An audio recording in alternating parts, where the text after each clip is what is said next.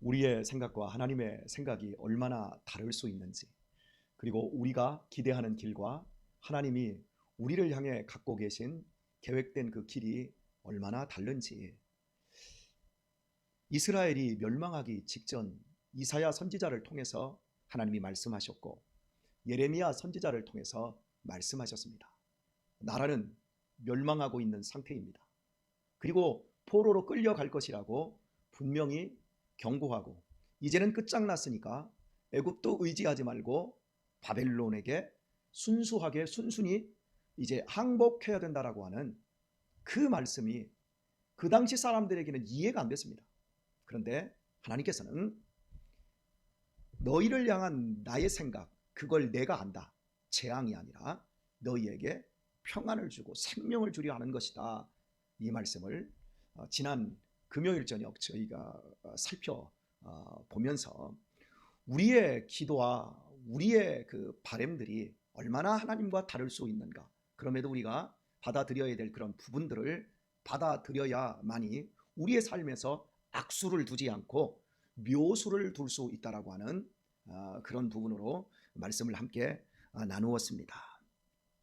나라가 멸망하고 처참하게 포로로 끌려가는데 무슨 이게 평안이고 이게 무슨 미래에 소망을 주는 것입니까? 그러나 오늘 그 주신 말씀에 하나님이 그들을 절대 잊지 않고 손바닥에 그들을 새겼고, 그리고 하나님이 그 성벽을 장차 함께 살 성벽을 만들어 놓으시고 그 위대한 계획을 말씀하시면서 격려하고 있고, 그 실제로 그러한 포로 시절이 지난 후에 하나님의 백성들이 다시 고향 땅으로 돌아오는 것으로 그 모든 역사가 열매 맺게 되어집니다. 오늘은 17절과 18절을 중심으로 해서 말씀을 생각을 좀 해보도록 하겠습니다. 네 자녀들은 속히 돌아오고 너를 헐며 너를 황폐케 하던 자들은 너를 떠나가리라 말씀하고 있습니다. 현실적으로 봤을 때 하나님을 믿는 이스라엘 백성들이 이미 멸망했기 때문에 더 이상 하나님을 믿는 사람들이 만들어질 수 있는 상황이 아닙니다. 그런데 놀랍게도 그들이 멸망하고 흩어질 때보다 더 많은 자녀들이 돌아오게 된다라고 하는 말씀을 주고 있어요.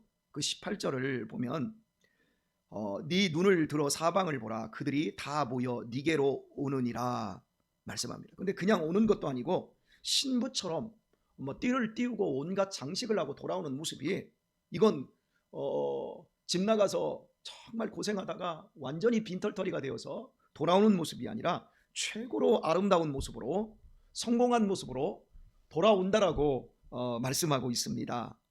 원수들은 떠나갑니다.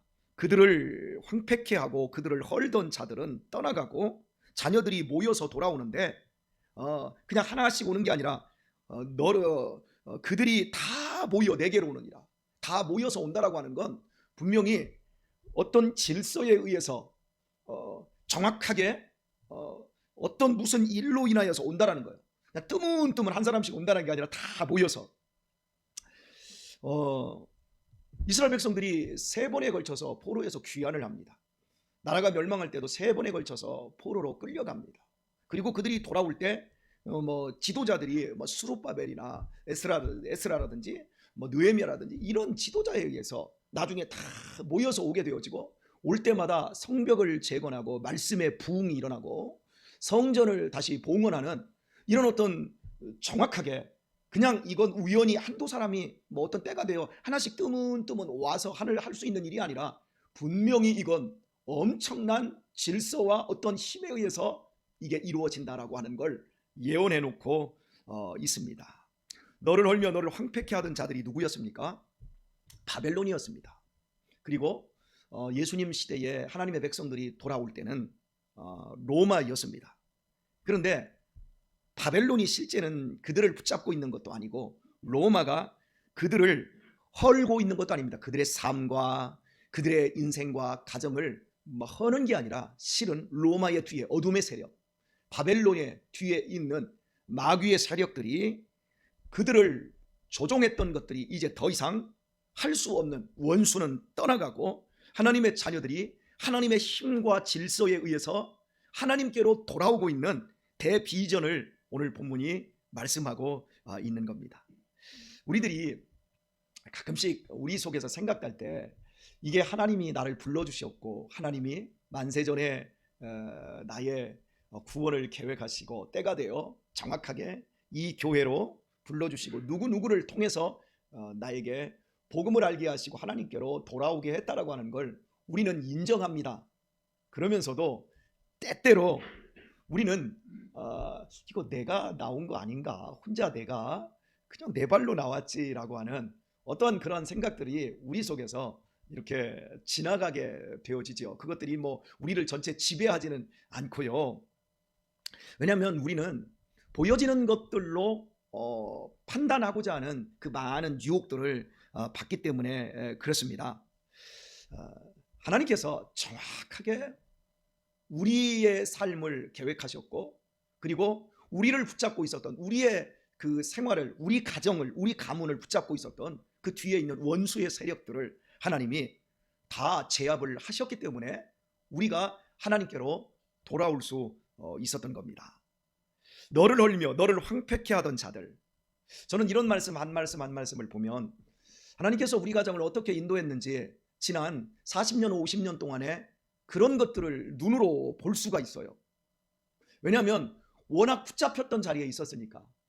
참 어제 저녁에 신앙열전을 우리 최필구 장로님 네 분 신앙열전을 촬영을 했거든요. 촬영하면서 이렇게 다르구나. 어려서의 내 삶과 우리 장로님 그리고 최진양 권사님, 특별히 우리 최진양 권사님의 이 삶은 내가 거의 동시대를 산 사람들이거든요. 그런데 이렇게 다를 수 있구나. 왜냐하면 선교사가 들어왔을 때 증조 할아버지가 예수님을 믿게 되어지고 예수님 믿는 것 때문에 집안에서 집안에서 완전히 이단화가 되어서 더 이상 집안에서 살 수가 없어서 부산을 근거지로 살다가 울산으로 혼자 뚝 떨어져서 울산에서 기반을 이제 잡고 예수님 믿으면서 사는 그 신앙의 4대, 5대, 6대를 이어가는 그 신앙의 삶을 얘기하는데 어려서 신앙교육은 어떻게 부모님에게 받고 이런 얘기를 하는데 와 부럽다. 저런 모습으로 어린 시절을 보냈으니 얼마나 행복했을까. 이런 거. 그런데 최진영 권사님은 어려서는 그게 때로 굉장히 힘들고 어려운 그 일들이었겠지만 지금은 굉장히 엄마 아빠가 너무 고맙고 그 삶이 감사하다는 걸 알게 되지요. 이제 컸으니까. 근데 그 당시에는 많이 아마 힘들었을 거예요. 근데 저는 그 얘기를 듣는 것만으로도 우리 가정은 마귀에게 잡혀 있었어요. 우리 어머니는 철저하게 어둠의 세력에 잡혀 있었어요. 저 가정은 최진영 권사님 가정은 무슨 일만 있으면 40일 기도 작정 기도하자, 30일 하자, 끝나면 또 20일 하자, 10일 하자, 무슨 일이 기도가 뭔지 하나님과 트고 지내는 거. 김경순 권사님 하나님과 트고 지내시죠? 그죠? 예, 우리 다 하나님과 트고 지내세요. 최진수 집사님 하나님과 트고 지내시잖아요. 예, 우리 이렇게 트고 지내는 이게 이런 훈련을 해주는 그 부모가 그런 자유가 얼마나 큰지 저는 이제 그 얘기를 들으면서 우리는 집안에 뭔 말 있으면 빨리 단골내 불러라 하고 맨날 그 경일고 아니면 그 돈도 없는 집에 그 빚을 내서라도 무슨 구슬하고 맨날 밥 먹을 밥도 없으면서 가끔가다 저기 그 문 앞에다가 고시래 하고 쌀 집어 던지고 밥풀떼기 집어 던지고 이게 묶여 있는 삶. 왜 이렇게 재산은 많은지 없는 집에 재산은 많아가지고 겨울철에는 막 무나물 있잖아요. 무나물만 잔뜩 아무것도 안 넣고 무나물하고 막 쌀밥 그런 날은 그래도 쌀밥을 먹어요. 그래서 막 제사 지낸다고 밤 12시까지 잠도 못 자게.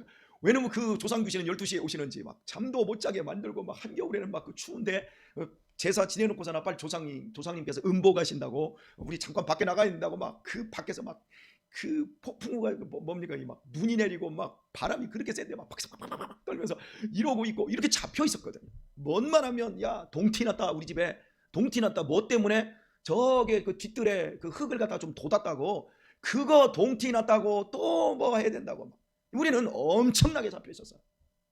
이런 모든 것들을 하나님이 다 예수 그리스도의 십자가의 대속의 은혜를 가지고 다 원수들을 그 까부수기까지 하나님 우리 가정에 40년이 걸립니다. 40년. 그리고도 아직까지 안 까부서진 우리 형제들이 지금 딱 하나가 있어요. 막 눈에 막 불 쓰고 막 돈만 벌 생각하고 막 움켜쥐고 자기들만 그렇게 가는 거 막 자식들도 그렇게 우리 조카들까지도 그렇게 만들고 이런 이런 어둠의 세력들이 있어요. 그런데 하나님께서 때가 되면 이거 다 부셔버린다는 거예요. 기적이죠. 오늘 본문에서 돌아오는 이 사람들은 혈통상의 이스라엘의 자녀들이 아니에요. 영적인 하나님의 자녀, 영적인 진짜 이스라엘. 대저 육신의 할례, 육신의 마음에 하는 것. 표면적 유대인이 아니고 이면적 유대인인 우리 예수 그리스도를 통해서 진짜 하나님과 겨루어 이긴 믿음의 사람들, 그 사람들을 하나님께서 어떻게 돌아오게 하실지를 본문이 이야기를 하고 있는 거예요. 우리 강대식 집사님께서 이 돌아오는 과정 보세요.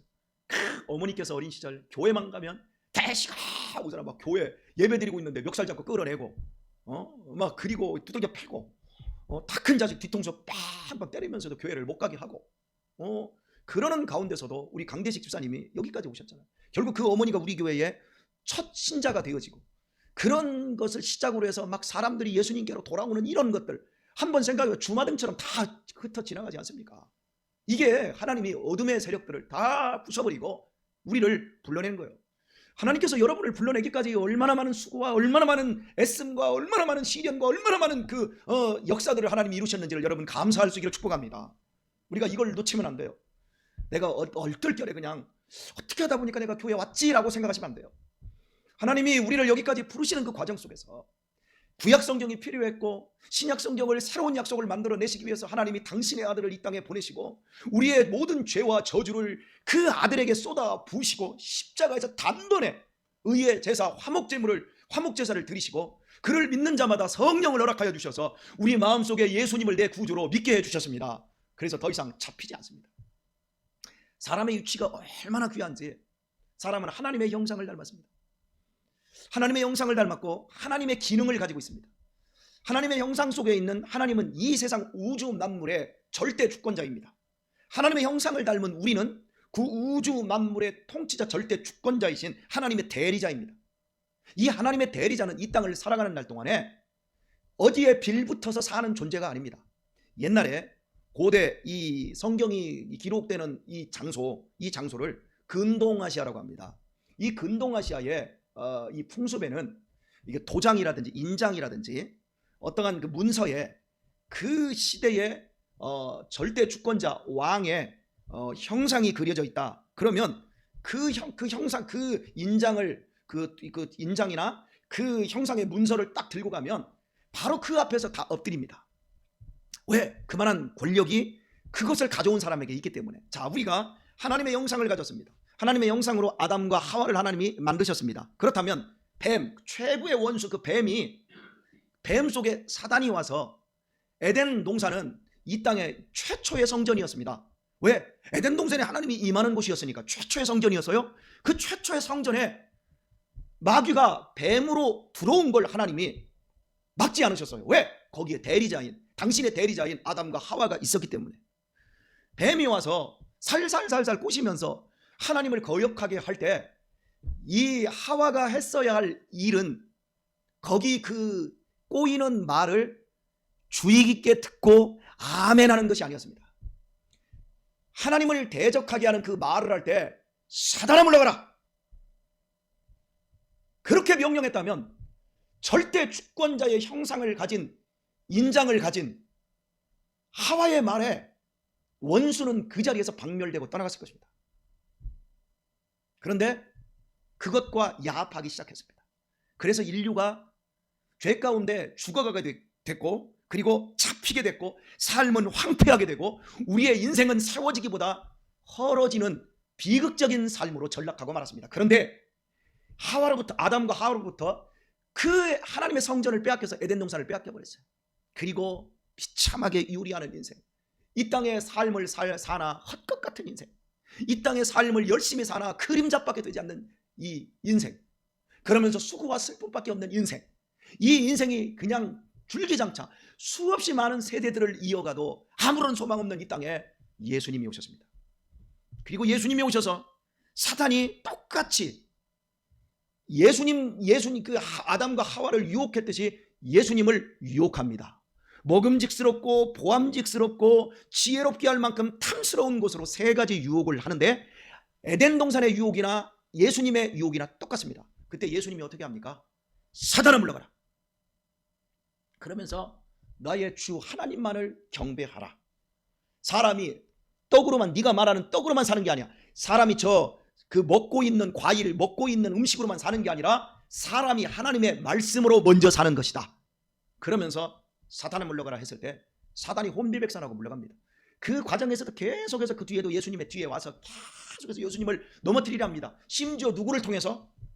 베드로, 당신이 가장 사랑하는 베드로를 통해서도 사단이 밀가부로도 타는구나. 계속해서 교회 안에 끝없이 하나님이 이런 사탄의 세력들이 들어오는 걸 하나님이 허락합니다. 그런데 그때마다 왜 허락합니까? 우리가 제왕적인 권력을, 예수 그리스도께서 그 십자가의 능력으로 제왕적인 권력을 회복하셔서 교회에 하나님이 허락하셨습니다. 하나님의 성도들에게 허락하셨습니다. 그리고 계속해서 이런 아담과 하와가 유혹받았던 이 사탄의 세력들이 들어올 때마다 우리에게, 하나님의 형상을 닮은 사람에게 제일 중요한 건 자유입니다. 자유와 책임입니다. 그걸 가지고 어떻게 사단을 이기는지, 사단을 이길 수 있는 힘을 하나님은 우리에게 공급해 주시고 우리에게 그 자유와 그 책임을 한번 묻고 있는 겁니다.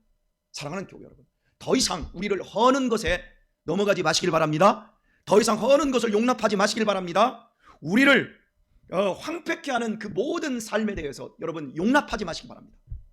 그리고 예수 그리스도의 이름으로 명령하시고, 이제는 우리가 하나님의 그 권세를 가진 그 자녀로서 예수님께서 우리들에게 분명히 말씀하셨습니다. 그 제자들에게 마태복음 20장에서 하늘과 땅에 있는 권세를, 그 모든 권세를 가진 그 예수님이 우리에게 명령하셨어요.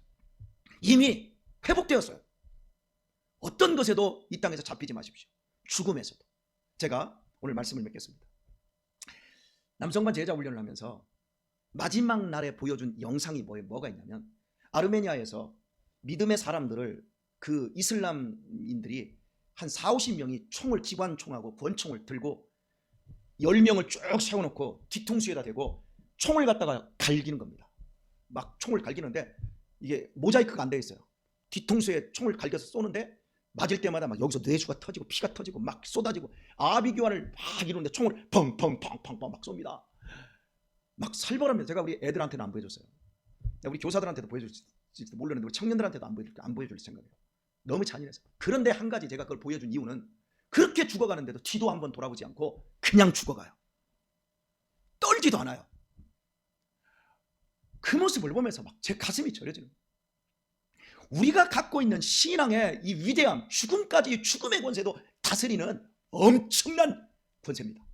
하나님께 돌아온 이 권세, 여러분 결코 이 땅에서 구걸할 권세 아니라는 걸 기억하시고, 우리의 그림자 같고 헛것 같은 인생이 지났을 때 마지막에 일궈질 그걸 바라보며 오늘의 삶 감사하며 믿음의 거룩한 삶에서 승리하는 우리 성도님들 다 되시기를 우리 주 예수님의 이름으로 축원합니다.